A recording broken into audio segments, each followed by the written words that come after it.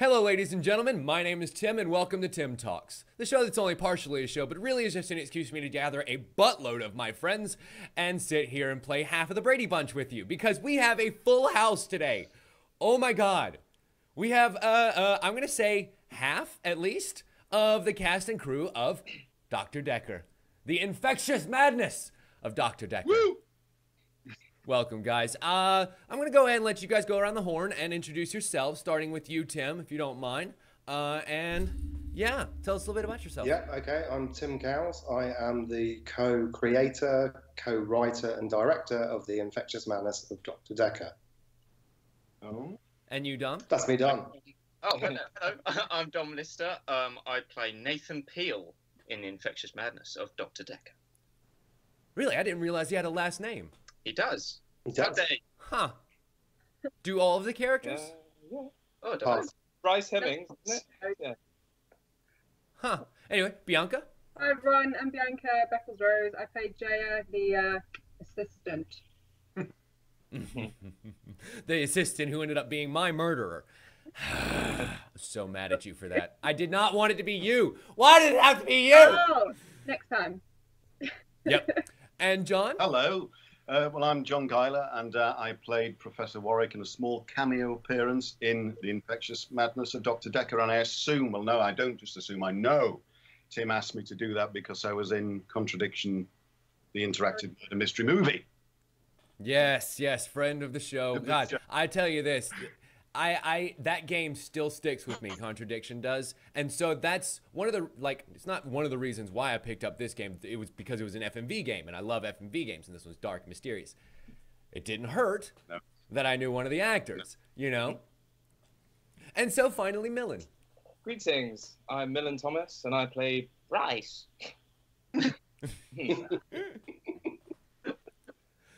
So, you guys are all, like we said, the cast and crew of the Infectious Madness of Dr. Dekker. And that is a game that touts something like 1,600 plus video responses, correct, Tim? Yep. It's actually got 2,000 odd videos in it, but responses that you can actually hear, where they say things to you, yeah, 1,600 or so. Oh. They probably remember them horrifically. Oh, yeah. I mean, that's a lot of heavy lifting, you know, especially for a cast of, I think it probably total 12 actors, like once you add in side characters and everything. Yeah, and I think, you know, Millin, who I'm looking straight at now, I think he delivered all his lines in about 2 hours, I think. Because he come back for a second day because we had audio problems. And then on the second day, there was a wood chipper outside as well. So seriously, we got to record every 5 minutes. And that was it. Yeah. So he Wow. rapped through them. I mean, yeah. And you listen to it. It's really good you get to hear his voice today because obviously voice sounds like. Yeah. Millin. Yeah, my voice is different. So- Yeah, I remember that. It was very intense. And it'll be annoying because sometimes we get the perfect take and then you listen to the audio and all you can hear is the wood chipper. But like, okay, you got to do it again. But yeah, but in playing it, and that, the kind of scenes that you guys had to do, and we'll have each of you kind of speak to your own individual quirks and glitches here in a minute, they were probably very intense, you know, because you're dealing with dark and sometimes devious subject matter. John? Yes. How can I help you? Dark and mysterious subject matter. Yeah, well, I suppose mine was quite dark, wasn't it? Quantum suicide. Yeah. What was the original question? Like, is there anything that it takes to kind of prepare for that sort of stuff? Do you have to get into a certain mind space? Like, you know. No, I'm quite dark anyway, so it's very easy for me. I live in a I guess that's dark fair. world. It does come easy to the leader of Atlas, I'd imagine. Yeah. No, I find that kind of. Sorry, I had to drop a reference. In all seriousness, I do find that kind of stuff. That's the doddle when it comes to acting for me. Being menacing, dark is easier for me. Yeah. It's the other stuff I find difficult. And Bianca seems to agree. No, I was going to ask Bianca to kind of elaborate a little bit more because she, let's see, who, I'm going to ask Tim, who had kind of the most lines? Who had the most lines?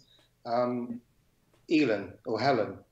Jenkinson, who Really? played Helen, yeah. Mariana had the highest number of lines, but there weren't many words. Hmm. So I like little statistics like that. Interesting. So then, Bianca, sorry to let you go on a little bit, but to give you a little bit more focus, a lot of your scenes had to deal directly with the player character. Yes. And so instead of talking to a mysterious Dr. Dekker, who John kind of got the ease of being able to play off of, what was it like just literally acting to the camera? Well, to start with, and Tim will let you know, it was quite easy. You know, there were just the odd one-liners and a few deep and cheeky monologues, which are always easy for me. But then we found that I wasn't doing it quick enough, and we needed auto cue, with those little iPad machine things that we had to do, and I could feel myself.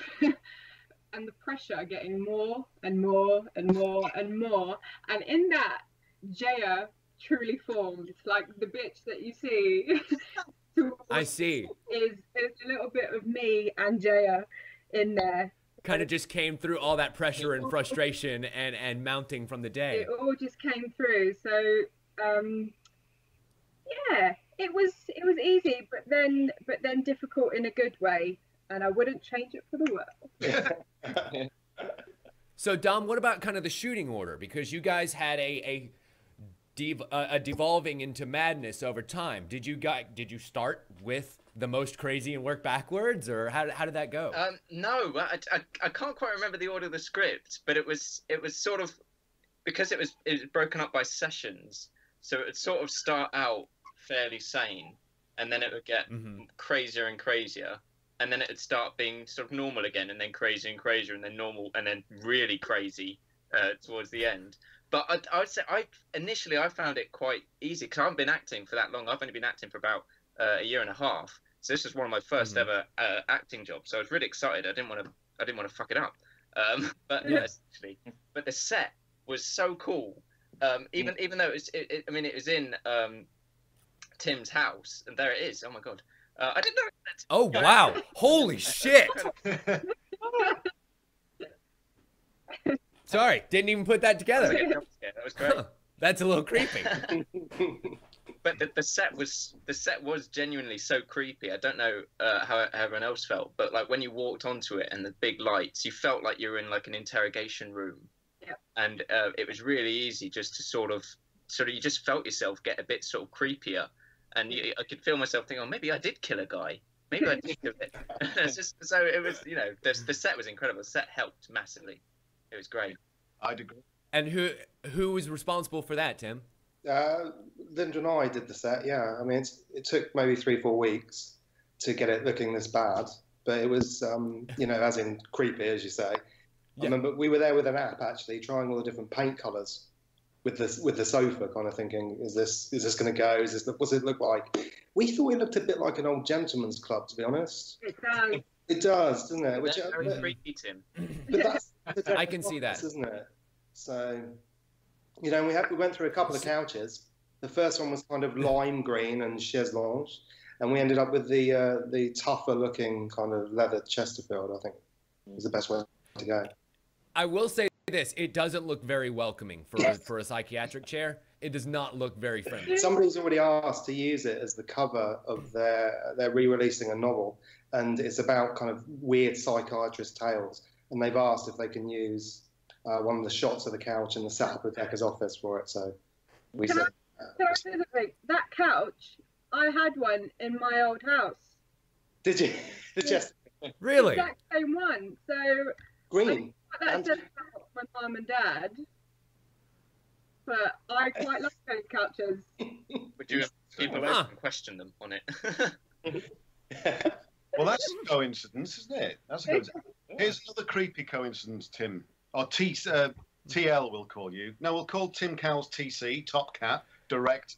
We had this same problem during the contradiction interview because that was Tim Follett who made that one. True. But the other creepy coincidence for me, anyway, is I'd driven all the way to Tim's from a place called Castleford, which is a place I'm looking after elderly parents at the moment, so I'm kind of trapped in this in this town. Mm-hmm. And I drove all the way to Tim's, and he was telling me about this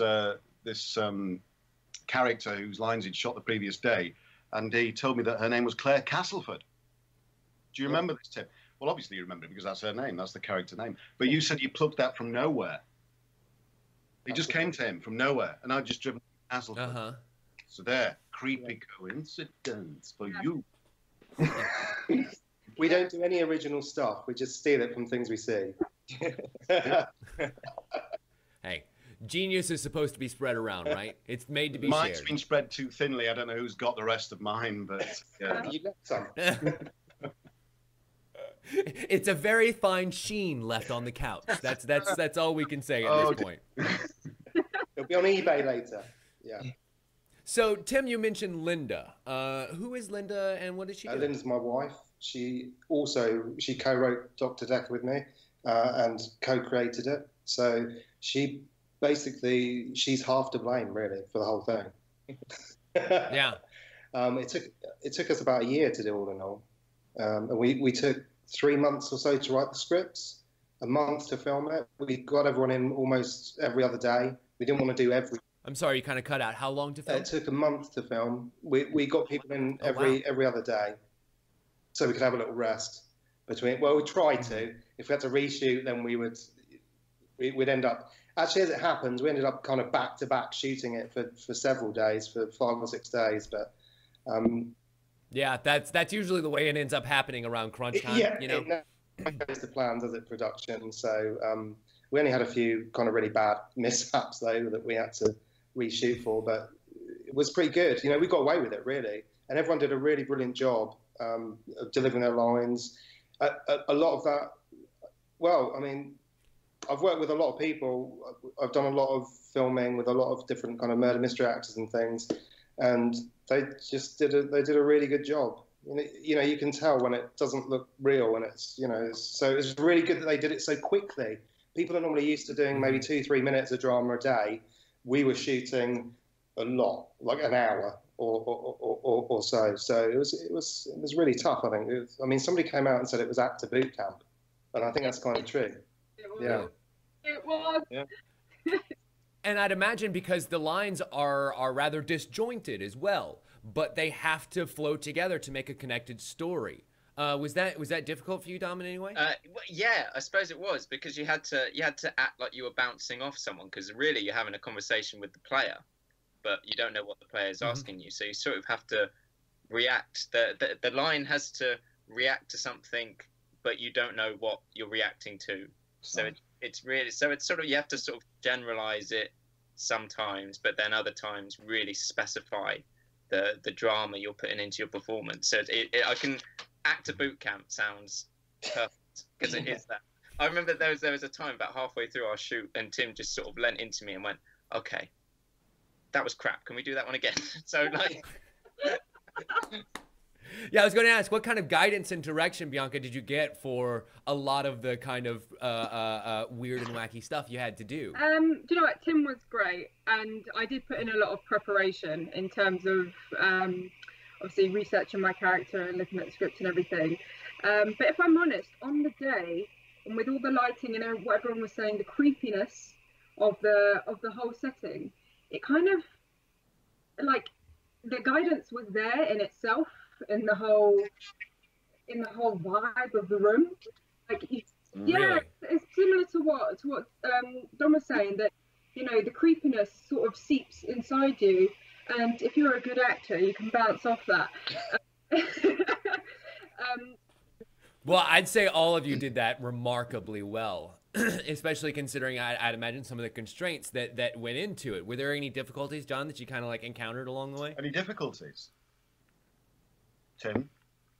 And anybody can jump in here, like just amongst the filming days. Mine was very brief, and I'd already encountered this anyway with contradiction. And it's something that, like Don was saying, you have no anchorage, because I always take my cues from other actors, you know, so you know where you're going, you know, when you say that, Absolutely. Dialogue the muscle flows memory together. works on cues from other actors for me normally.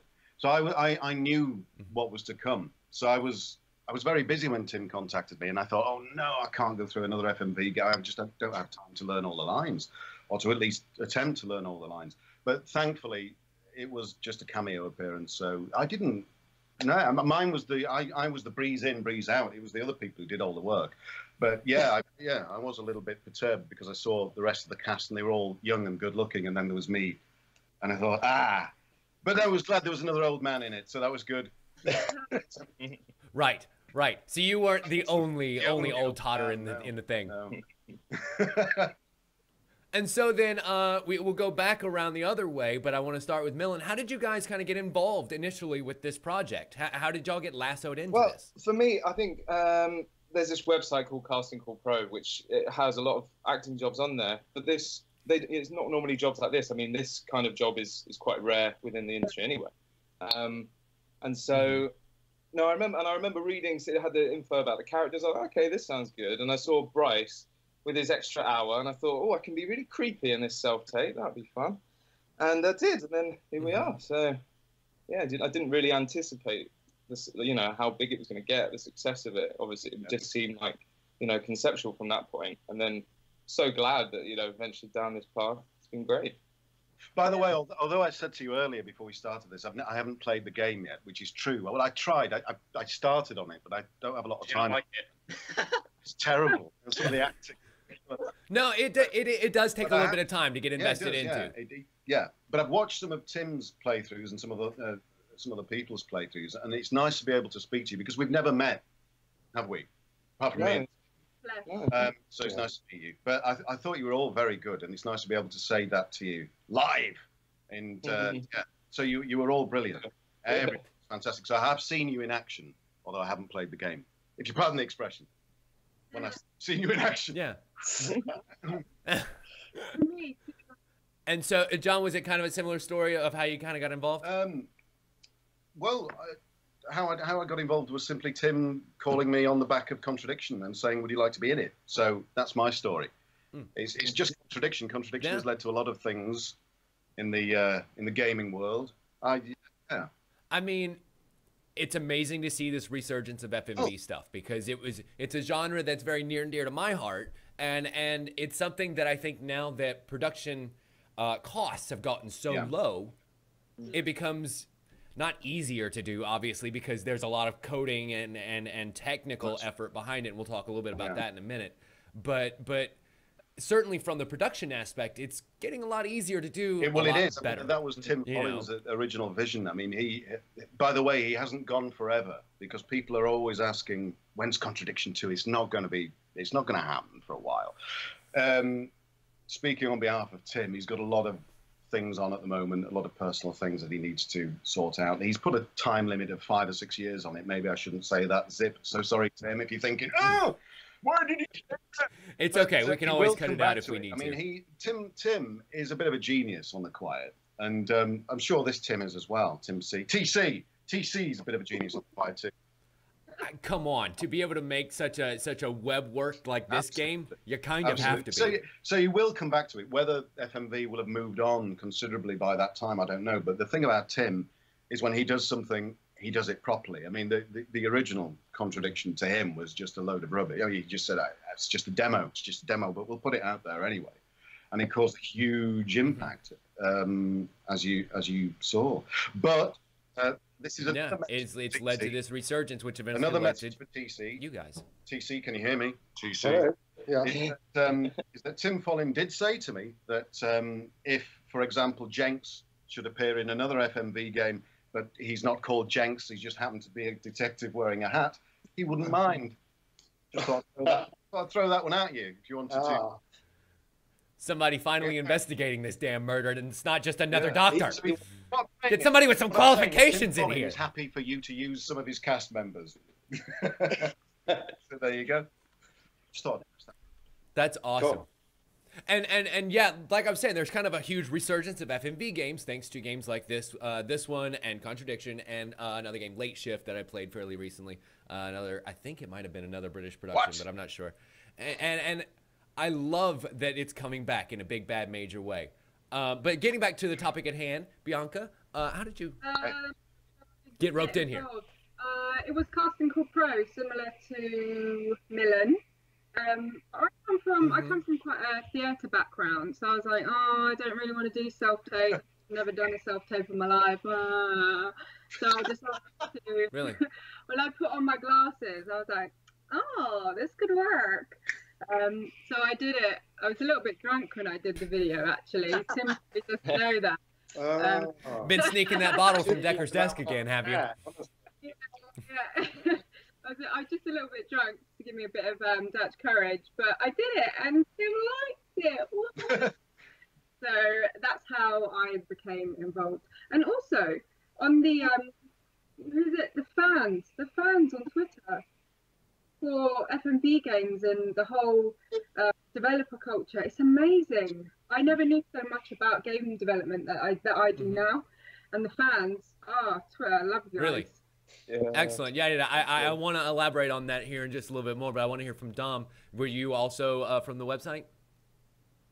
It was, yeah. It was from that. It's similar to the other guys. I thought it was such a cool idea, and I wasn't drunk when I did my tape, but I did do it really early in the morning, just after I'd woken up, because I hadn't showered or anything. So I got this really disgusting look of me. I'm about to say, it sounds like everybody did their own version of the method acting. Yeah. Hey, how do you think I'm here at 9 o'clock in the morning? I didn't break into anyone's house though, just to clarify. That didn't. I burned things. I did do that. Awesome. And so, like, once you kind of found out about the project, you just sort of fell for it, huh? Yeah. No, I mean, I wouldn't say I'm a lot like Nathan in terms of sort of like that grumpy, slouchy sort of guy, but I actually watched there's a video on YouTube of Bill Murray in Groundhog Day waking up over and over again, and I watched that quite a bit, and just to see his face just get more. It's funny. Up. I totally somehow felt Groundhog Day because of course it's related to your situation. That's exactly the situation that you're in.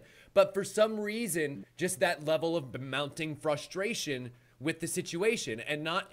It was where the anger was specifically focused towards. It wasn't that you hated the world. It wasn't that you hated, a specific person who caused this to you. It was the fact that you hated the situation that made me feel very kind of Groundhog Day about it. Yeah. No, yeah. It was. I'm glad you felt that way. Yeah, because I was very angry at the situation that Tim had put me in. Both in and out of the actor's costume. And so, Tim, how did the game kind of come about? We talked about how these guys got involved, but it had to start somewhere. Where was the seed? Well, Linda and I played FMV games since the 90s, so we're big FMV game fans. I mean, we played Tex Murphy was one of our first ones, Under a Killer Moon.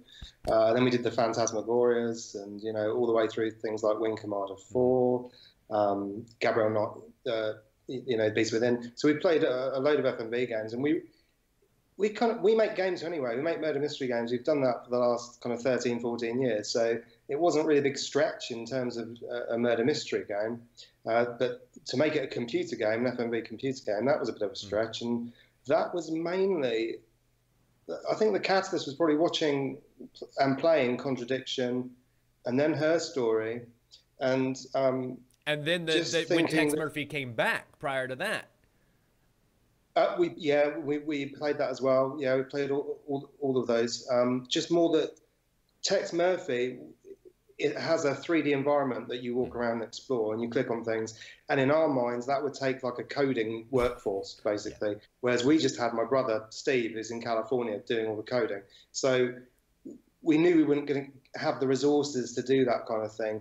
But when we saw Contradiction, essentially, Jenks walks around the village. That's the same as you clicking on a different patient. We just don't have you walking around the psychiatry practice. But it was the same thing. It wasn't as if anything... And also, Jenks walked around the village and suddenly something happens. We have, you're talking to a patient. Suddenly Jaya just interrupts all of a sudden with a huge musical cue and scares the shit out of me. 3 times! So Contradiction kind of showed us that you could do an FMV game without necessarily all the trappings of a video game. And then Her Story comes along, and again, it's like a one-screen interface video game with keyword entry. And then, one actor in several different costumes, with a fixed camera, and you know, I'm proud of our set. I think you know, it's not. I always refer to it again. Her story has the one set, and you have to build it. I always refer to the game very affectionately as Contradiction the Bottle episode. You know what I mean? It takes place in one room. It's all of these scenes. It's very character driven, and it feels very good to kind of sit down and put your teeth into, because there's a lot of meat in there.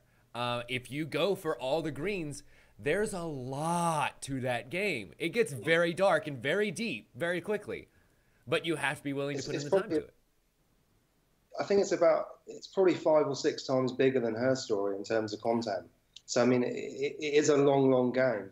And if you play, like, I mean, I saw that you've got 20 odd hours logged, Tim, on record, and yeah. So I mean, you can get into it, and people are playing it again more than once, even. They're playing it 2 or 3 times. I mean, yeah, it's not necessarily made for that, but it's great because people are trying to get everything they can out of it, and because there's multiple multiple endings, because the killer is chosen at the beginning of every game, and though yes, not all of the dialogue will be different, but certainly some of it will be. In my case, Jaya won't drop that damn bottle and give herself away at the very end. You know, like. Yeah, well, thanks to the beta, we found out during the beta that a lot of FMV gamers want to see all the videos. They want to see everything. Where we thought we could leave things as Easter eggs and just, you know, say you can't see those, during the beta, everybody seemed to want to go green, as it were now, and find every response. So I think we made a conscious decision to try and put as much of the content in as we could on the first playthrough. But yeah, obviously you can go in again, we say play Doctor Opposite, basically go through, make all the opposite decisions, and you'll see all the opposite videos and hopefully get different endings.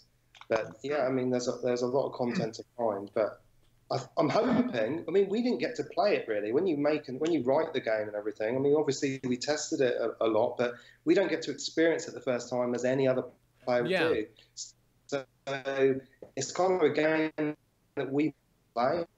No one else would. So, like for Tim Follen, the offer's there. If he wants to do the same and make our video game, that would be good. So we can play it and actually get to enjoy it from the outside perspective. No, I'd imagine that would be very difficult, and it makes you very scrutinizing, where most people would kind of gloss over some of the hard technical points in favor of just looking at the whole picture, which is very good and very compelling. Bianca, you were talking a little bit earlier about some of the fan reaction. Can you tell us a little bit more about that? You know, it's the first time on Twitter I've ever been called a bitch. And I'm okay with it. in terms of Jaya, obviously. And I kind of have been welcoming that in. People do reaction videos to Jaya popping up. They're quite funny. And many, of course, like the suggestive language in there as well. So it's been a bit of a blessing. Boy, oh boy, and we'll talk. I'm definitely going to get into that a lot more with Mariana, but boy, oh boy, does that game get very explicit. It does. And you know what? We could have gone further. Of course. And really all it is just you putting the ideas in my head. Like, nothing is really shown. There's never anything graphic. I was just about to say, Tim, it's you. It's the fans who are explicit. Yeah. It's you, naughty people. It absolutely is. When we did Contradiction, I came across, no pun intended, some slash fiction, which was basically, you didn't write it. No, God, no. No, never. No, God, no. It was Jenks and Ryan Rand. Somebody wanted to see what would happen if they made up their differences, we'll say. They made up their differences, including illustrations. And it disappeared from the net. They disappeared. And we can't find it now. So yeah, so if you know anything about that, I'm gonna have to do some serious Google to try and find this shit, because I have to see it now. We can't find it. I've tried to find it, but it's disappeared since. But if anyone knows anything about that, me and Rupert Booth would love to see this. And so, Millin and Dom, you guys, have you had any sort of reaction on Twitter? Or any sort? Well, yes. No one's drawn us both, have they, Millin? Yeah. Fun, yeah. I have seen a lot of Dom and Mariana. That's something I see a lot because you guys kind of start dating towards the end, and it's a very bad idea. Very bad idea. I don't know if you've heard, very bad idea. But yeah, I've seen a little bit of that. Nothing between the two of you, though.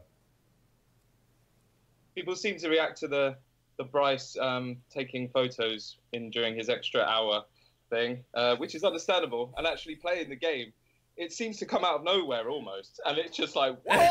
And so there's some bad response to that. They're like, hang on a minute. That's not. And then you kind of have to play the whole character, actor, character, actor. Character, yeah. Absolutely, yeah. I don't do that. No, good to go ahead and get that clarification out there. Dom? Yeah. I've seen quite a few drawings of Nathan actually, which is quite cool. But he's quite a miserable. A lot of people seem to be interested in the stress ball I had during all that. I've seen a few people. I've seen a few drawings of Nathan with the stress ball. And I've watched a few streams, and people have sort of gone, "What's that in his hand? Maybe it's a clue." And it was just something Tim threw me. I was like, "Well, play with that while we do the things." What's funny is your character is actually one of the few that actually had a happy ending by the end of my story. Mariana goes completely off bazonkers. I think that Millin ended up having a fairly decent ending, but you ended up the happiest of the bunch. And I was like, "Well, damn, we finally made a boy better." Whereas I just keep getting people writing to me on Twitter telling me that they've killed me. Well, and apologizing. They collapsed the superposition, and really, you killed yourself. Sorry. Yeah, well, yeah, it's true. Hey, Tim, just move your head to the right a little bit. Just to the right. Move it. Look at this. Look what I did for you. Look what you've got behind you. Look at that.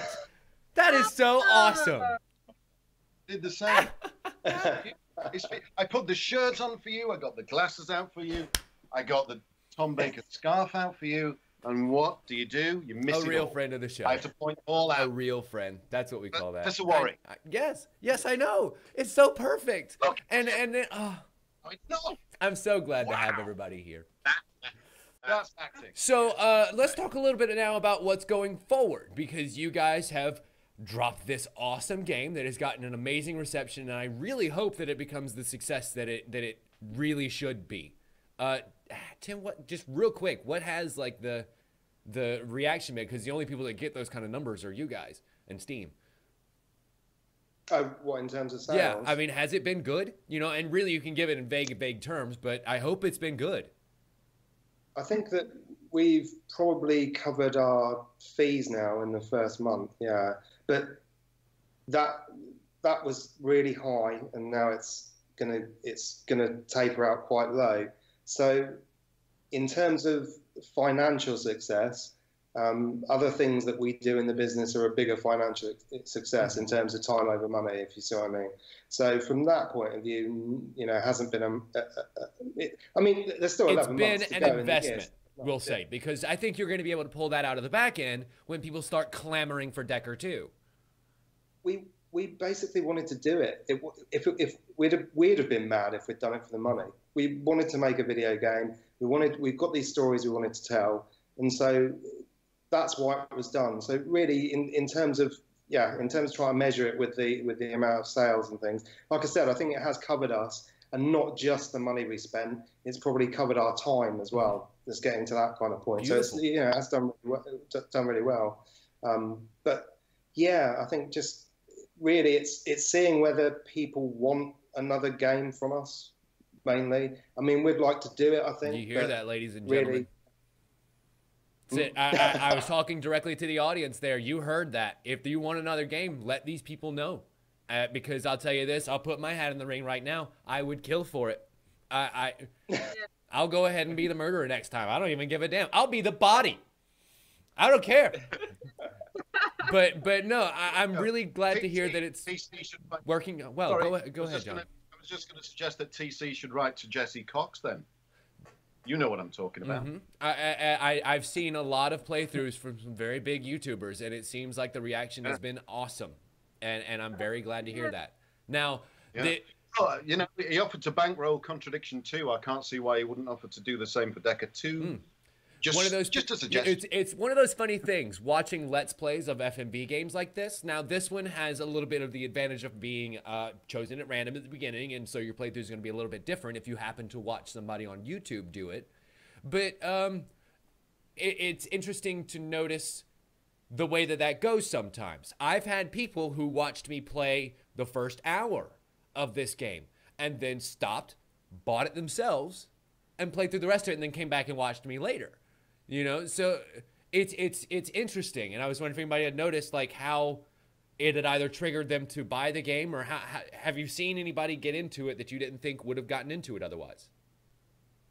Me. Say what? Is that a question? No, it's really that's a question for everybody. Did anyone get their mum to play it? Quiet. Yeah. No, and I understand that's a weird question, you know. No, it's not. I've got some comic book friends, and one of them did a comic of Jaya, which I think spurred some other fan stuff to do the 6 of us main characters, or 7 main characters. You know, the lovely one by, was it Zebra something? Zebra did. I saw that one. I know the one you mean. Yeah, so it seems that so my friend, having seen her do that, she then spurred some of her mates to go and play the game, and then I found out about Twitch and all the other stuff. So it seems that the comic fans have been spurred to play the game. That's awesome. I know a few of my friends. A lot of the contradiction people did as well. Sorry, Dom, I interrupted there. Sorry, go on. I was going to say, a few of my friends have bought the game, but because of their mental attitude, most of their time has just been spent sending me videos of them asking Nathan inappropriate questions, and then Nathan going, I don't know about that.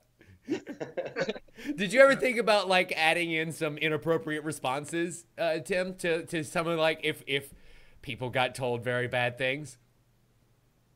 I mean, there are a few. I mean, because it's keyword based. You know, in Act 1, Mariana responds to a few kind of naughty words and in a strict way. So, yeah, there are a few, but really, I mean, there's no swearing in the game, no nudity in the game.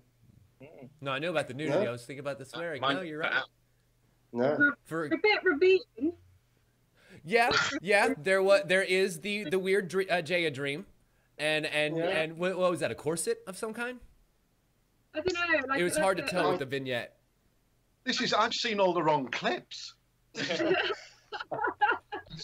gonna have to go and look at these playthroughs. I'm gonna have to play the game, aren't I? Yeah, you are. It's really good. I don't know if anybody's told you, it's really good. And what's funny is because I kind of, you know, go ahead and put this out there, I ended up getting a review code, so I didn't have to pay for the game. The price point is actually very fair. Why don't you bloody pay it then? I'll get like 7 gift copies and just give them out to everybody. How's that sound? Make up for it. But no, I love the way that this game kind of came together. I love the way that everyone seems to be very passionate about it, and you guys are still very much willing to tout its praises. You know, it's a great game. We were talking about Can I ask TC a question? Yes. I don't know why I keep doing that as if that's going to help. Hello? It makes Skype connect better. Yeah, no, you hear me? Yeah. Bianca, yes, you can. So, yeah, but the question for TC, are you going to put it on any other platforms, or is it just on Steam? Like, can it be adapted for the iPad? Yeah, it can be adapted for the iPad. We're just, at the moment, we need to stop adapting it for the PC. We've got another update coming out. And actually get it to a final point. Once we've got a lock on the keywords, then people have offered to do multi-language, and we want to do it, but we're also really, really scared because I think it's quite misunderstood in English. So if you translate into another language, then we'd also have to support those languages, which we have no chance of doing.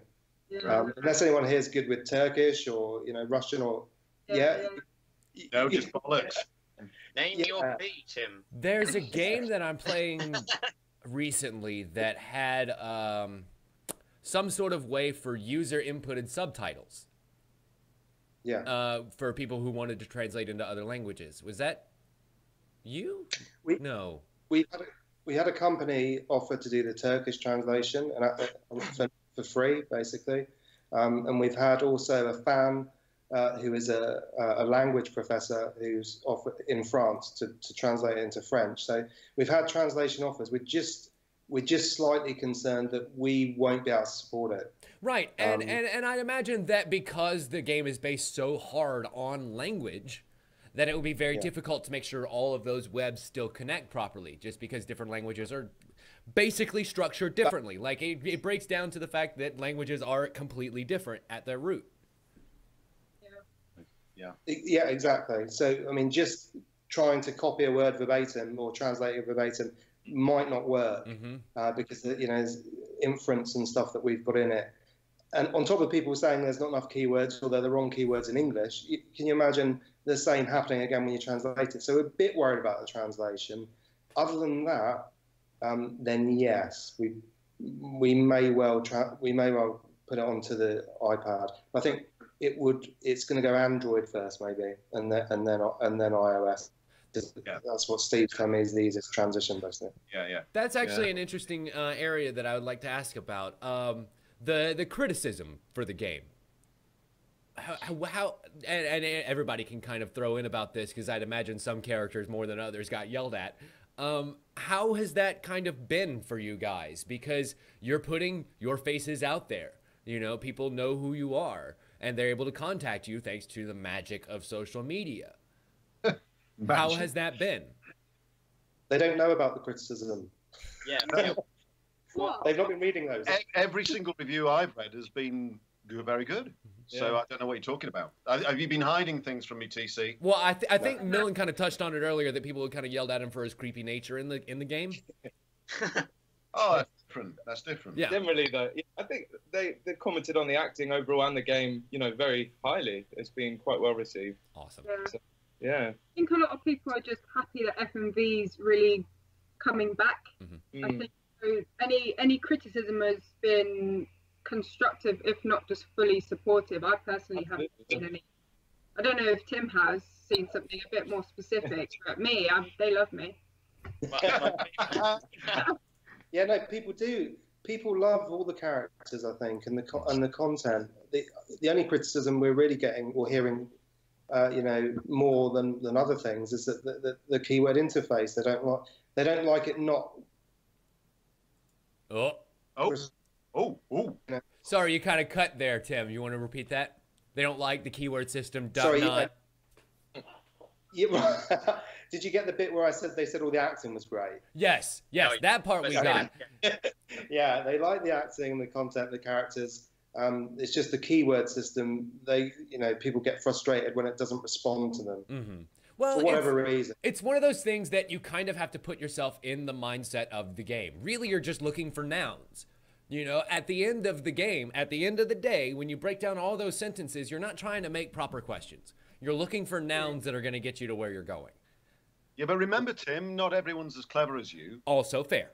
Also very fair. You know, it seemed like I made contradiction look fairly simple. But, you know, it's one of those things. I just love games like that. I get game logic. I know what you're going for, you know, and especially when it comes to forgiving certain technical difficulties. Because, yes, there were times where I would put in a keyword and it would give me a completely unrelated response. But it would still be a viable response and give me more keywords that I could play off of and then tie back into the original question. I think that happened a lot with Claire and her undead husband. God. I mean, Linda says she's going to write Linda says she's going to write a top 10 misconceptions of Dr. Dekker. Like there's these massive misconceptions to go around about the game. And I mean, did you play Her Story, Tim? No, I saw somebody play Her Story. I didn't play it myself. Okay, well, Her Story is a system where you type in keywords again and you get kind of 4 video results, almost like you're searching YouTube, basically. And then you play them, listen to what they're saying, probably pick out some words, the name of a person or something, and it'll show you another 4 videos. And really, Her Story tried to make it so that you can break the game in 2 ways, I think. One was that if you said the keyword that was going to reveal everything at the end, which would be some, for example, banana, and that's going to give you who the killer was. Well, in her story, that even if you type that, you wouldn't get it in the first 4 results. So you'd have to keep adding to it until you could find out kind of who the killer was, as it were. And also, her story didn't have an actual definite ending, so that was also a plus point for it. So even if you found the video that should be the kind of the worst one to get at the beginning, you might still not know it because you're making up your own mind. So for Dekker, it's 5-act structure. So if you accidentally were to skip ahead in a conversation or feel like you had, it becomes very jarring. Yeah, but we're only telling you what you need to know in Act 1, 2, 3, 4, and 5. You can't immediately say something in Act 1 that's going to break Act 5, right? Which was one of the reasons that it was kind of split into acts. Yeah, but a lot of those kind of jarring moves further into questions is to do with balance of the keywords. Some people will say that they're too easy to find, and then they'll jump ahead in the conversation, or other people will say, I can't find them at all, they're too hard. So it isn't actually about adding more, different words or combinations. It's a balance of trying to upset the least amount of people. Right. That's exactly the same thing with contradiction. Precisely the same thing. Yeah. Some people found it as easy as Tim. Some people couldn't get off the starting mark at all. How can you not find contradiction easy? Yeah. I mean, I thought the interface with contradiction was, you can't. I've got to see those of you. How can you not? I mean, basically, you click on a question that gives you the answer. It's very elegant. I got upset with somebody once, and I shouldn't have done. I just said, "Look, it's a point-and-click game. What the hell can go wrong?" What? Yeah, I mean, they call it a PhD game because it's push here, dummy. And actually, I ended up arguing with somebody who didn't know north from south, from west from east, and couldn't get the compass anyway. You couldn't. I blame the schools for that one. I blame the parents. Okay, I'm trying to remember exactly what that's from. There's another line in there, and it's from a movie, and fuck it, I can't remember. It doesn't matter anymore. So, it doesn't matter. Well, ladies and gentlemen, we've kind of about hit that mark, but before we get out of here, I want to do that thing that I always do when we finish on the Inside the Actor Studio questionnaire. Now, this is going to be interesting because there's so damn many of you. So I think we'll kind of do it lightning round style, where we'll go Tim, Dom, Bianca, John, and Millin. Also go me for remembering all the names. And we'll kind of go in that order kind of quickly as we make it through these questions. Like I've got about 11 of them, and we'll see how many we can do. Well, it goes a little something like this. Tim, what's your favorite word? Orange. Dom? No. Bianca? Oh, no. Favorite word. Sorry. Oh, favorite. Absolutely. I like absolutely. Love it. Bianca? Who's next? Me. Sharpener. John? Today it's physiognomy. Ooh, good one. Nice one. I like the word nemesis. Ooh, and he said that like Bryce. No, right. And so what's your least favorite word? Ooh, can we say it? Of course you can, Tim. Blue. Never. The C word. Onion. Fair enough. No. I can guess which one you mean. Yes. Carrot. Yes, No. yes, that one. John? Contradiction. Yeah, don't type that into a Dekker search engine. Whoops. Dom, I'm going to go for Dom's no. I'm going to... No is my list. I don't like to hear no. Millin? Moist. That's a good one. Yeah. It's funny. I love how much that makes people cringe. And so it makes it one of my favorite words because everyone just kind of... Everybody thinks about that sound of stirring macaroni and cheese. Oh, it didn't affect me that way.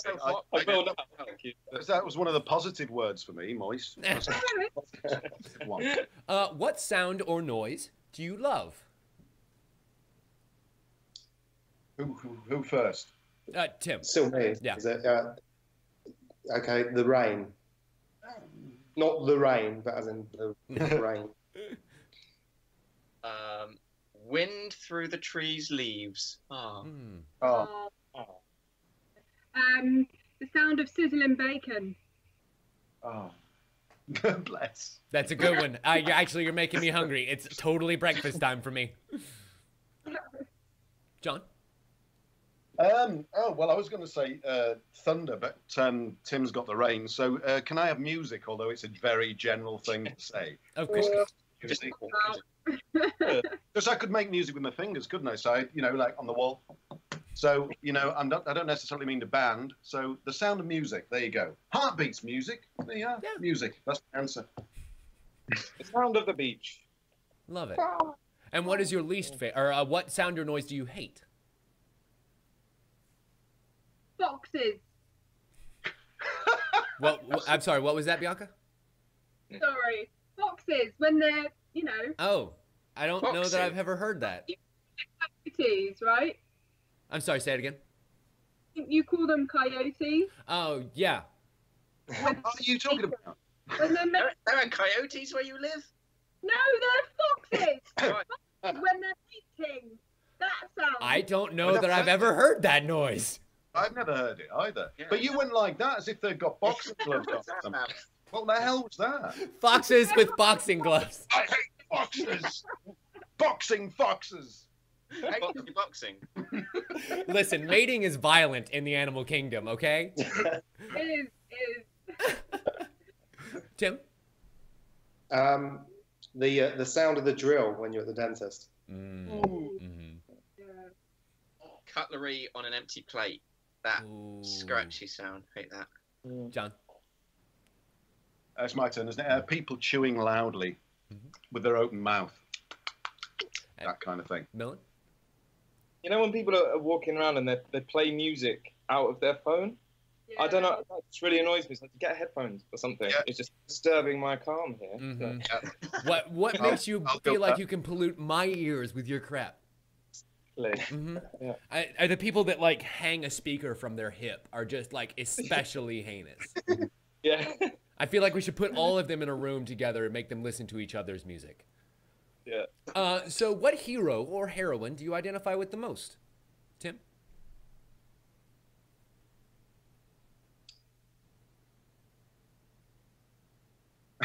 Drawing a blank here. And it doesn't I'm gonna have say to be super. I'm going to say Joss Whedon. Dom? Chicken Little. That may be the most adorable answer I've ever fucking heard. That's the best one. Bianca? I love Chicken Little. Bianca? Bianca? Yeah, I've got one. Spinelli from Recess. Oh, yeah. Spinelli. Yeah. All right. Okay. So, who do I identify with the most? Yes. Identify with the most. Patrick McGowan, who was number 6 in The Prisoner, the 1960s television series. Taking us which way back changed. with that one. Yeah, well, he's who I identify with the most. Yeah, or his character, number 6. Millin? Say Ralph from The Simpsons. Says Yeah. Yeah. Oh. I have extra hours. Yeah. And so what villain, then, would you identify with, Tim? Well, it's a classic one, like Darth Vader. So. What villain? I don't know. Oh, Who's the villain? Chicken Little. Chicken Maximum. Who, Bianca? I've got Cruella de Vil, obviously. Oh, nice. Dom, you could go for Chicken Big. Chicken Big. Yeah. Yeah. That jerk. Love it. Foghorn Leghorn. Oh. Yeah. Oh, is it me now? Yes, before yes, the sir. minute, isn't it? The Master from Doctor Who, but as played by Michelle Gomez, who's playing it at the moment. How great is she? Now, well, I've been a massive Michelle Gomez fan for a long, long time before she was cast in Doctor Who. So when she was cast as the Master, it just blew my head off because I knew what she'd do with it before I saw it, and she's doing it now. Incredible. Oh. I don't want to leave. No, Bianca wants to say something. I can tell. Me? Yeah, you kept going. I'm agreeing with you. Just agreeing. In full motion. Yeah, just absolutely brilliant. Millin? Yeah, I saw something on Twitter about Bianca, somebody wanting Bianca to be the next Doctor Who, actually. Yeah, or to be the sidekick or something. No, I think they're asking you to be Doctor Who. Yeah. Absolutely. I mean, listen, it's been time for a female doctor for a little while, so I'm okay with it. I remember, isn't there a campaign out right now to try and get Aslan as Batgirl? Yeah. Yeah.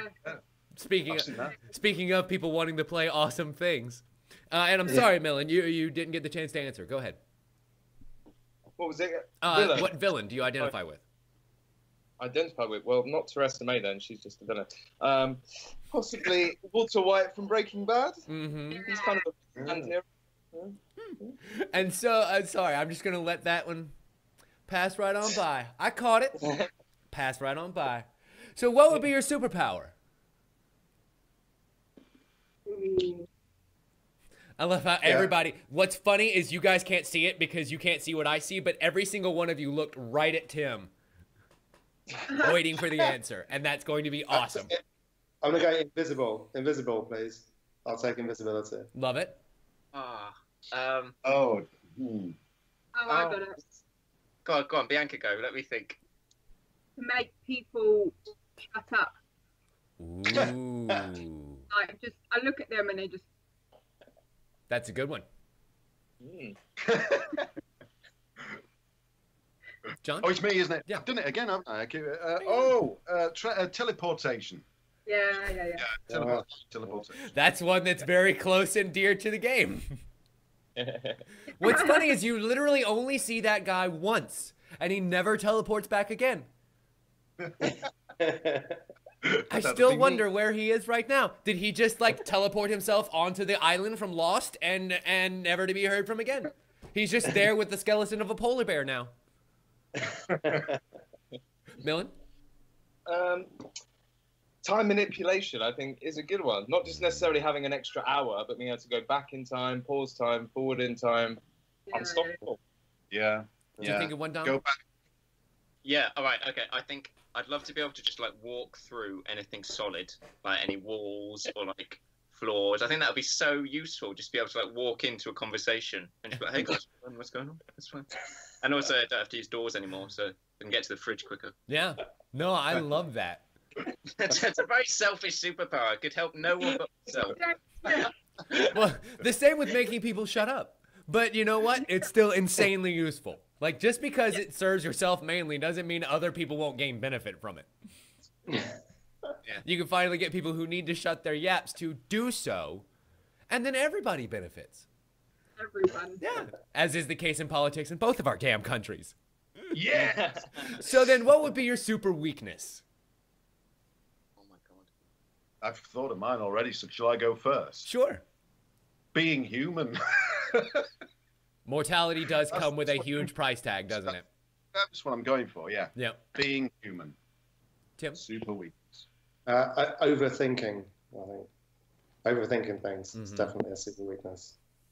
Yeah. Leads to inaction. An incessant need to be liked. Oh. We like you, It's Tom. okay, Chicken Little. We like you. Thank you, John. We do. We do. Bianca? Wait, are we talking about super characters or like ourselves? I mean, 6 one way, half a dozen another. Honestly, and I'll go ahead and kind of lift the curtain here. The point of these questions isn't actually in the answers. It's how you react to the questions and how you think about them. It's a personality questionnaire. So if for you, super weakness intonates that you have superpowers, that says a lot more about you than it does about your answer. I think I got one then. To go to the opposite of making people shut up, my weakness is noise pollution. The screaming foxes, the people talking too much. The wood chipper going on outside. Yeah. You just don't like noise of any kind. Oh, everyone shut up. Millin? Mute. Wearing my heart on my sleeve. Kind of like being human, you know. Yeah. Yeah. Always romantic. So then what turns you on creatively, spiritually? What kind of gets your wheels turning? Wow. For me, Yeah.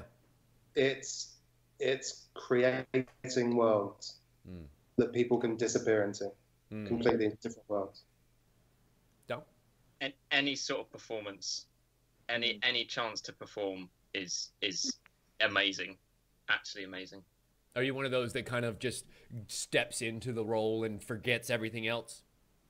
Yeah, I mean, before I did acting, I was a professional stand-up comedian, so that's how I sort of like transitioned into acting. So that was my performance background. Bloody hell, that's a weird way around to do it. You did the hard bit first. I've never, ever, ever found the strength to do that. Although people keep telling me, "Go on, get it done. You're going to be dead soon because you're 45." No. That's great. Yeah. But you should try it. It's good fun. I loved it. It was amazing. So well done. Anything that's got something dark in it. My life goal is to play a villain in a kid's mega movie. Ooh. You know, the villain's roles are always way more fun anyway. Yeah. Give me a nice cape and more right. John? Well, I think it's kind of an amalgamation of those last three answers. So, yeah, the question was, what are you most passionate about, wasn't it? Yeah, what kind of gets your wheels turning? Gets wheels turning, creativity. And Bianca mentioned the theatre earlier, and that's where I prefer to work. I haven't done any theatre for about 18 months now.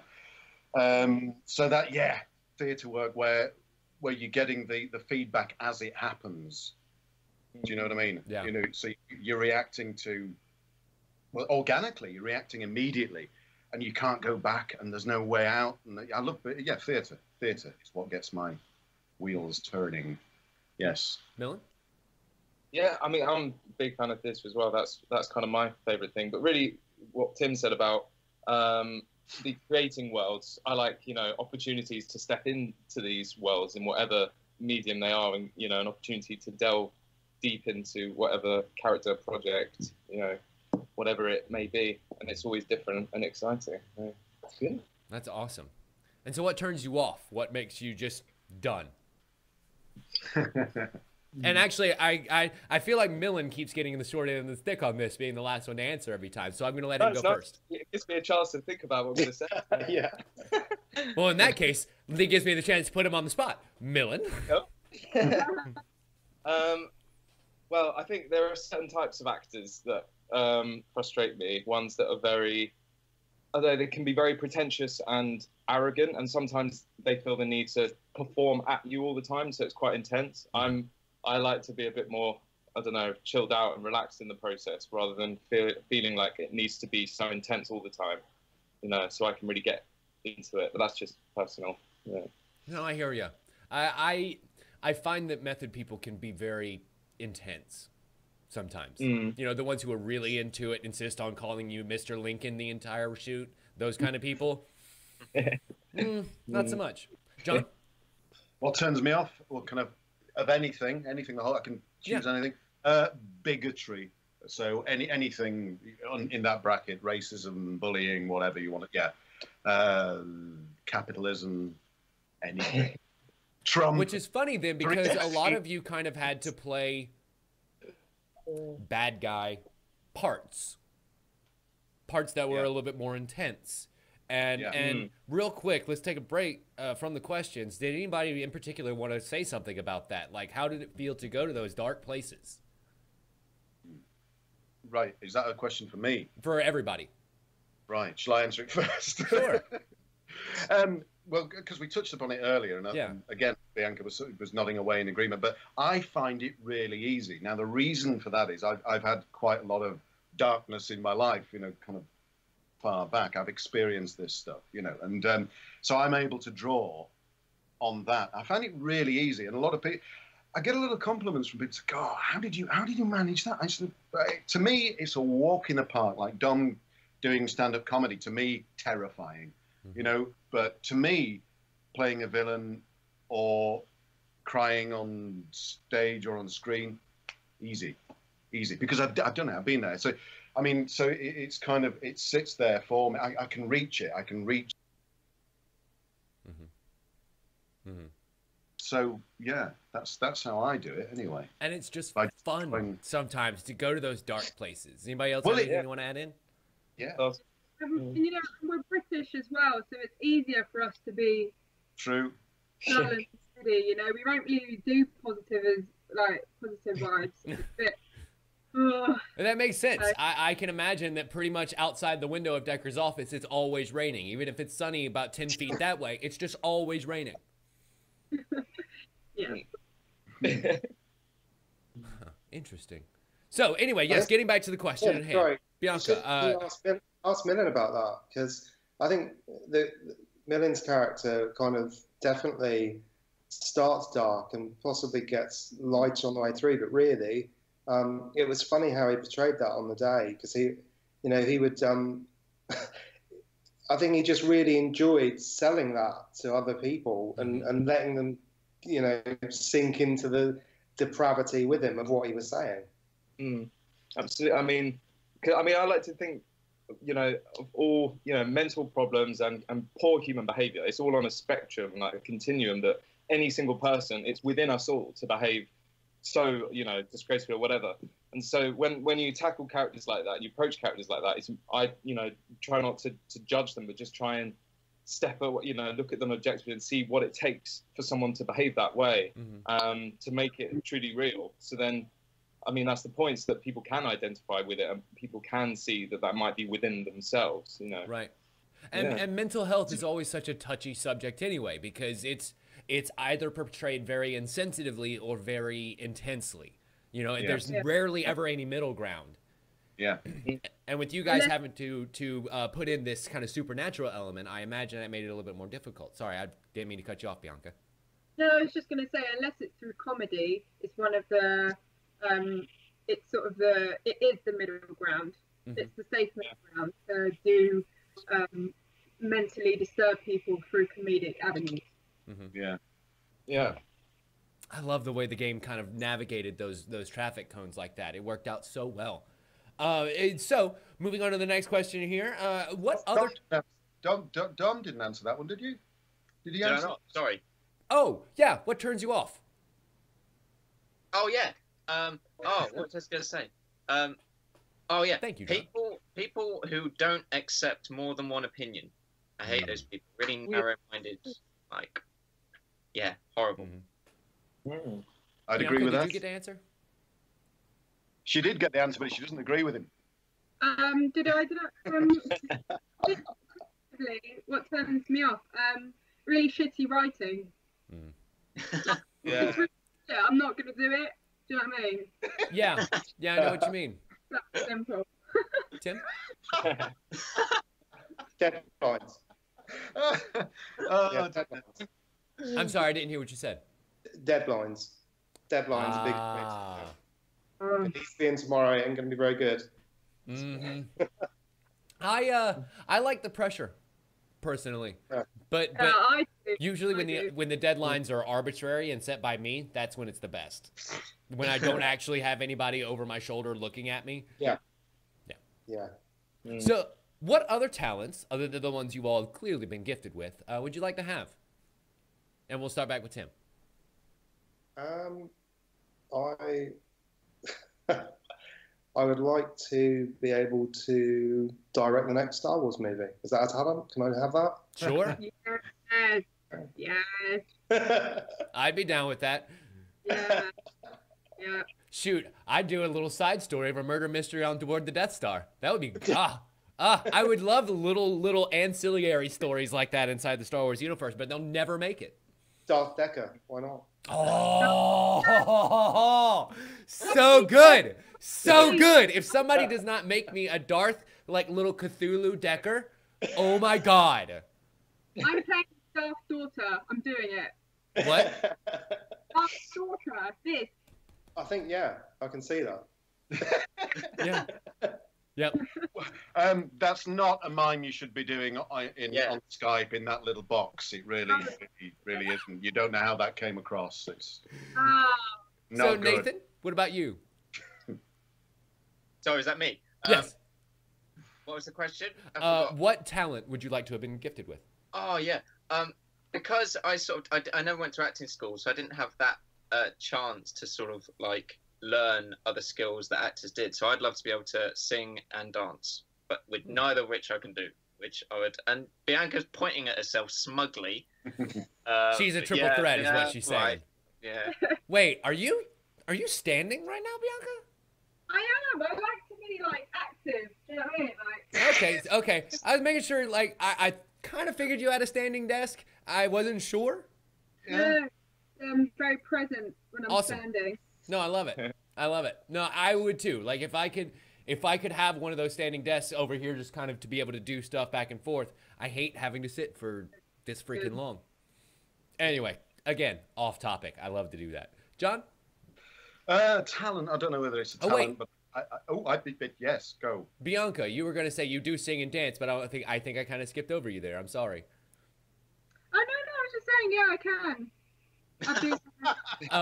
What other talent would you like to have had? Well, other talent. I think it would be really cool to horse ride. I just don't like horses. Not a fan? I wish I had the patience. Like, I just don't. I can skateboard because the board conforms to what I want it to do, but the horse, it won't listen to me. Right. No, I'd imagine the horse is a little bit more stubborn. Yeah, it's horse riding. Now, John. Well, I don't know. Sorry. Well, it's not really a talent, more an attribute, but I'd like to be more optimistic. I think that's what I'd like. Yeah, I do admire people who, even in the face of, bad odds, will still say, "Never mind. Okay, come on, let's do it. Let's carry on." I'm not like that. I'm very much a realist, and things are getting a bit too real at the moment. And do you know what I mean? In the world in general. So yeah, I find optimism a struggle, and I'd like some help with that, please. Move to America. Pardon? Move to America, somewhere sunny. I think that would stress me out a bit more. Bad time. It's a bad time. Go to Canada. Canada's great right now. Yeah, Canada is on the list. Canada is on the list. Seriously. But now give us another year or two to kind of fix an infection that we've got going on. Some topical ointments and everything will be fine. Okay. Everything will be fine. It just takes a little bit of healing time. Millin? I'd love to be bilingual in the, just be able to speak loads of languages. I find that so amazing. And being English, languages weren't drilled into us because we were kind of arrogant enough to think, yeah, well, the world will speak English, so we don't have to. I love other languages. I think it's beautiful. Yeah. I might look, but I can't speak it. I took French in high school and college because I'm an idiot and didn't realize that I would end up moving to Texas when I was in my 30s and would need Spanish like a motherfucker. Oh my God, how much more marketable I would be if I could speak Spanish here. So no, I totally know what you mean. So next question here. What advice would you give to your 13-year-old selves? Tim? I would say do what you're going to do, just do it quicker. That was what I was going to say. You don't really. You always work out what you really want to do too late, I think. Yeah. So I mean, it's a difficult bit of advice. You'd really have to say, this is what you want to do, and your 13-year-old self would say, no, it isn't. I want to be a rock star, or whatever it is. But yeah, you kind of probably end up missing the years that you should have been doing what you enjoyed doing, basically. Yeah. And imagine how much further on you would be if you had started learning these projects earlier on.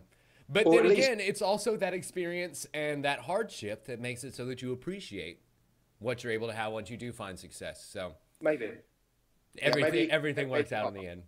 Exactly. You can't get where you are unless you've traveled the way you have. So. Don? Yeah, it's similar to that, really. Just do more. I should have done more as a 13-year-old. I was a very mopey. It was that period of time where everyone wanted to be like a skateboarder and like a rollerblader. And I remember for one of my birthdays, I asked for rollerblades, and I probably spent like 9 months trying to learn to rollerblade and didn't.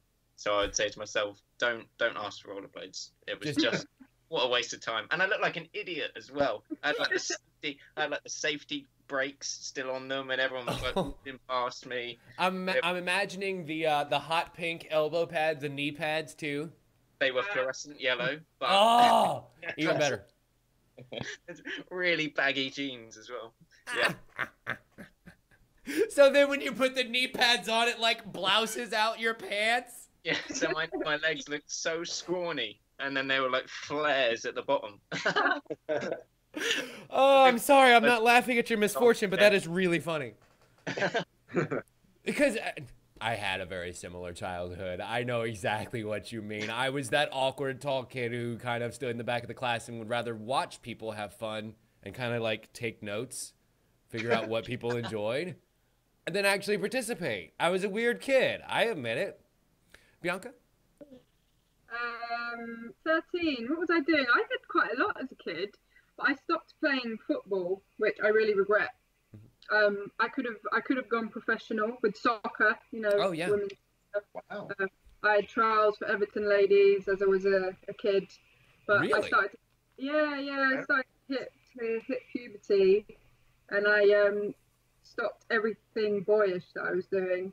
But I found performance, so there's kind of like I don't really regret it, but there's always a plus side to those things. But I'm really good with the ball. I will say this. I mean, it probably gave you years of foundation for physical fitness. I wrestled a lot in high school and college, and sort of that leaves you with this foundation. I haven't stepped foot in a gym in 5-6 years, but I still can eat like a horse and not really gain a whole lot of weight, and everybody around me hates me, and it's kind of the best thing ever. Yes, I would love to be able to do that superhero training should I ever get a call for the role. I'd totally be in it. I would have a breakdown if I was asked to do that for a film. I have one of those really pushy personal trainers who was like, "Come on, Dom, push it." The one where they're making you lift the giant tractor tires end over end. Oh my God, that leaves you looking like 300. Yeah. So halfway through, they'd be like, "No, we've got to change actor." John? Well, it would have been the same answer that Tim gave, so I'm going to change my answer, and I'm going to change it to I'd tell my 13-year-old self to continue living in the now. Now, the problem is he wouldn't have understood that because he was living in the now. But now that I'm older, I realize that I don't do that anymore. Yeah. I just don't do it. I don't enjoy the moment. I do when I'm thinking about it, but more often than not, I'm thinking about the troubles I've got or the troubles to come or the state of the world or whatever, you know. And that's the advice I'd give it. Learn how to enjoy the now more, because this is all we've bloody got and I'm wasting it. We all kind of waste it, really, I think, in various ways. But that's the main one for me. That's what I'd tell myself. But he'd just say, "You are? I'm already enjoying this." No, and that wasn't, no. No, it didn't need to sound like that. I don't know why. No, it's always funny when somebody caricatures themselves. You really get a perspective on how they feel about themselves. Yeah, I shouldn't have. You were cockney as a child, John. He's a sculptor. You're a chimney sweep. Chimney sweep. That's right. I'm so glad that you guys are making those jokes so it doesn't look bad on me for doing it, because that's exactly what came to mind too. I just imagine little like coal specks on the cheeks. Oh my God. Millin? Probably tell myself to put down the crack pipe. It's not going to get you anywhere. It's true. Winners say no to drugs. That's what every arcade in the 80s told me. No, I'd probably say don't worry so much about your acne. It will fade. Puberty does get you somewhere. Don't worry about it. You will grow. You will get armpit hair at some point. It does eventually come and hit us all, unfortunately, whether you want it or not. I wish I could do something to get rid of facial hair. I've never been a huge fan of it. I can't grow. Yeah, you can't. No, Millin, you're kind of in the same boat that I am, huh? I'm not. I can't grow it. It's one of those things. Wait, Tim, because you've got the nasal hair and the ear hair to come in 10 years' time, and then. Then you'll know. No, by that point, medicine will have caught up, and we'll be able to put that up here, and it'll be all good to go. I won't have to worry about it no more. Good to go. Yeah. So, our next question here. What is something that only you do? Millin? Ooh, I don't know how personal to get hit. Only I. Okay. With some sort of weird habit or quirk that you have that you think is kind of singular. I'd say I don't think I'm the only one that does this, but I do overthink and think very deeply about things. You know, I might become quite dreamy, so I'll just dream off. I'll start thinking about something else, and something basic, like a pencil on the table, will suddenly be like, what's the philosophical meaning behind why that pencil's there at this given moment, and things like I don't know. Yeah. What is the timeline that caused this pencil to be here right now, all the way back from when it was granite and a tree? Yeah, exactly. That's what yeah. John?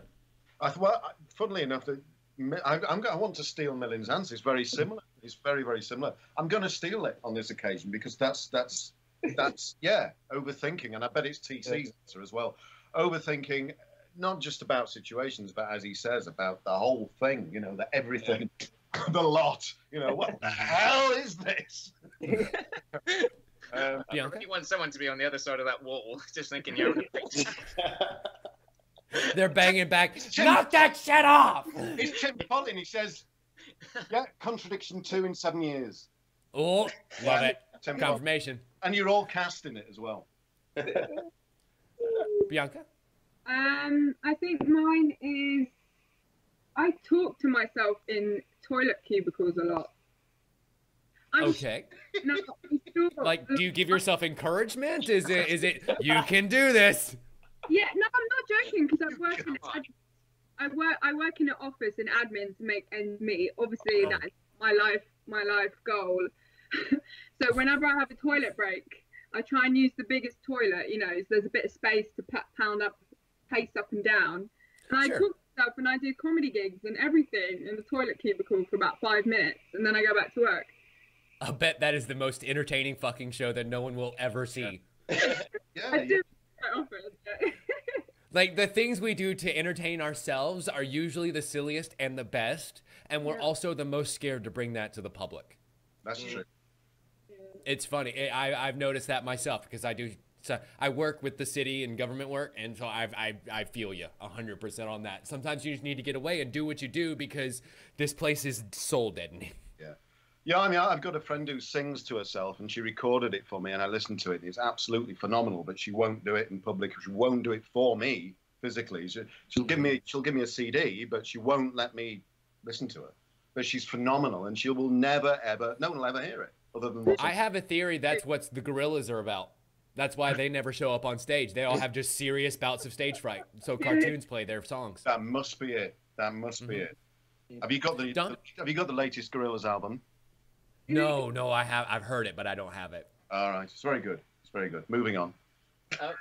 Mine's similar to Bianca's actually. Like I love showers. So, and when I'm in the shower, I will, if there's like a character I've got to prepare for, or even if there isn't, I will act. I'm not ashamed. I act in the shower. Yes. I tell jokes in the shower as well. But I think if you can like make yourself laugh in the shower at 7 a.m. 7 a.m. Yeah. Right. You tend to know you're kind of onto something. Yeah. So you can really get into a character in that environment. Like you must be pretty close to nailing the character. Not like that, you know. Just. Oh, sure. Yeah. Sure. I'm gonna. Yeah, you give me enough time to make one up now. So I'm going to say that sometimes I wonder if you can see what I can see. Ah, very good. Whether it's exactly the same, you know, whether you're seeing it that close or that close. You know, the dress, what colour's the dress, stuff like that. Yeah, exactly. No, stuff like that. Like, is the green that I know of as green the same as you? Oh, I see. Tim, you're just talking about what you can actually see rather than your understanding, though. No, the whole thing. Yeah, but, yeah. I see a hedgehog. What do you see? Yeah, right. Yeah. Is our perception of the world the same thing, or are we really just making it up? We all say the same things. We all look at a picture of a hedgehog and go, "That's a hedgehog." But my hedgehog's, purple, isn't yours? I mean, they are purple. No, yeah? it's blue. Duh. Running around at the speed of sound. Blue hedgehog. You lot are just colourblind. Say what? I said you lot are just colourblind. You're men. Fair enough. Fair enough. So, what is your favorite curse word? Everybody's favorite question. Millin? Oh, do I say it? Yeah, absolutely. Let her rip. Well, I do like a good fucking. It's just Yeah. slip it in anywhere. Love it. I think we all agree on that. Yeah, absolutely. I love doing that. Absolutely. Just slipping it. Slip it in Jesus where- Christ, I can't even do it. I can't even do it. Just slip it in a good fucking wherever you get the chance to. I can't even say it with a straight face. I tried really hard. John? Well, I like, we used to at school invent words, but I won't bore you with those. But we used to, instead of fuck off, we'd say shit off, because for some reason we found it funnier. Oh. And then we invented the curse fuckering cockbike, which I used to love. Ooh. So we just used to go around and go, fuckering cockbike. I like that one. What the? People, they'd never heard that before, but I still use fuckering cockbike, which we invented when we were 14, 15 or something. So It's amazing the things that stick with you, isn't it? Yes. But I like to imagine what a cockbike might look like. Yeah. Would it I be feel like there are porns of that. Who knows what it is? It probably is. Well, I shouldn't have said that, should I? Because there will be one, won't there? Bianca? Yeah, I like oh shit. I like just saying it like that. Say what? Oh shit. Mm. Just Yep. saying it just like the end of header kind of thing. Oh shit. Not like shit. You have to go, oh shit. Yeah. Yeah. It's that leaving off at the end where that kind of gives it that extra bit of, no, that's the, so shit. Oh shit. Dumb? cocking shit? Oh, yes. I like the word cocking. I like a good swearmanto. Those are my favorites. When you can just mash a whole bunch of different swears together. I like dick waffle is my favorite. Very good. Oh. That's one I use a lot. Tim? I'm going to have to be quiet because I've got an 8-year-old kind of walking around. There's a couple. There's fuck-a-doodle-doo. I like that. Fuck-a-doodle-doo. Yes, it's a good one. Flying fuck bat is one of my favourites as well. I don't know, it just comes out. And if I'm in company, shut the front door. I like that. That's one of my faves from Grumpy Cat's Christmas. Yeah. There was a commercial here in the U.S., and I don't know if it ever made it over. It was for Orbit's gum to clean up a dirty mouth, as it were. And there was a husband and wife, and then the mistress who was being, cheating with, and the wife was like, "Shut the front door, you lit liquor." And I'm like, oh my God, I don't know what she just said, but the way she said it, it had to be horrible. And it just always makes me laugh. And so I want to go, "You lit liquor," with the full neck motion and everything. It's the best. So where would you one day like to live if you have the choice? Millin? I would like to go somewhere like Nepal. I mean, it's not very practical for my career, but somewhere very peaceful, eastern, countries where, I don't know, they look at life a bit differently than we do in the West. I don't think they're entirely wrong. Something Himalayan and spiritual. Yeah, something like that. Maybe when I'm older. John? Canada, which we mentioned earlier, or if it was in this country, somewhere in the country, away from people, somewhere near water, away from people. I feel like if you just pick a direction and go. To them so I can get them if I need them. If I need some help, selfish. It'd be nice to, live further down south for acting opportunities, but live out of London, in the country. Mm-hmm. Bianca? I think I'm destined to settle in a hot country. I think California or LA, or maybe San Francisco. I I think. I don't know. I might get there and it might be too noisy. I will say this, and I'm sure you're kind of used to it over there. It's not the heat; it's the humidity. Yeah, It's killing me. Yeah. It was 104 here in Texas yesterday. The thermometer said like 96, but heat index and humidity temperatures and all that made it actually like 106. No. It's like, no, fuck everything about that. Yeah. That's what makes Tim an indoor boy. You talked about getting a tan earlier. No, I am the reverse of that. Yeah. And so, Dom? Oh, so many places. I'd love to check out New Zealand. I've never been to New Zealand. I'd love to live in New Zealand for at least a little bit, because I think that's quite peaceful. But I'm also intrigued by Tokyo in Japan, so I think I'd quite like to live there as well. But yeah, there's loads of. I could see myself living in Cuba. Living in Cuba would be so cool. I think just like walking down the street in a linen shirt in Cuba, just so pale. No. I want to live in like the 1970s Cuba during the Rum Diaries period. Yeah, maybe it's just like the romanticism of that sort of era of Cuba, and I'll actually go there and think, oh, it's actually. But I'm sure it's lovely. Tim? But can we live in an era then? Because Sure. 1930s film noir. Yeah, fancy that. That'd be fun. Otherwise, probably just any second place. Because I think when you live somewhere for long enough, you get a bit bored of it. Yeah. So if you could, holiday in the Hamptons for 3 months, come back, or wherever it is, that'd be fun. But So you're a two-house guy? no, I've only got the one. That's what I'm No, saying. I mean like if you had your druthers, you would be a two-house man. My brother lives in California anyway, and so I can go and visit and see what it's like out there for fun. But I think if you live somewhere for long enough. The first place we lived we lived there for like 17 years. It's a long time. Yeah. You get bored of wherever you are, even if I know exactly what you mean. Yeah. So Sometimes it's nice to just have a place that you can get away. but obviously you can't have two houses because there aren't enough houses to live in. So you just have to take it. Be happy you got it. There you go. And so our last question before we get out of here, if you had a choice, how long would it take you to respawn after you died? Millin?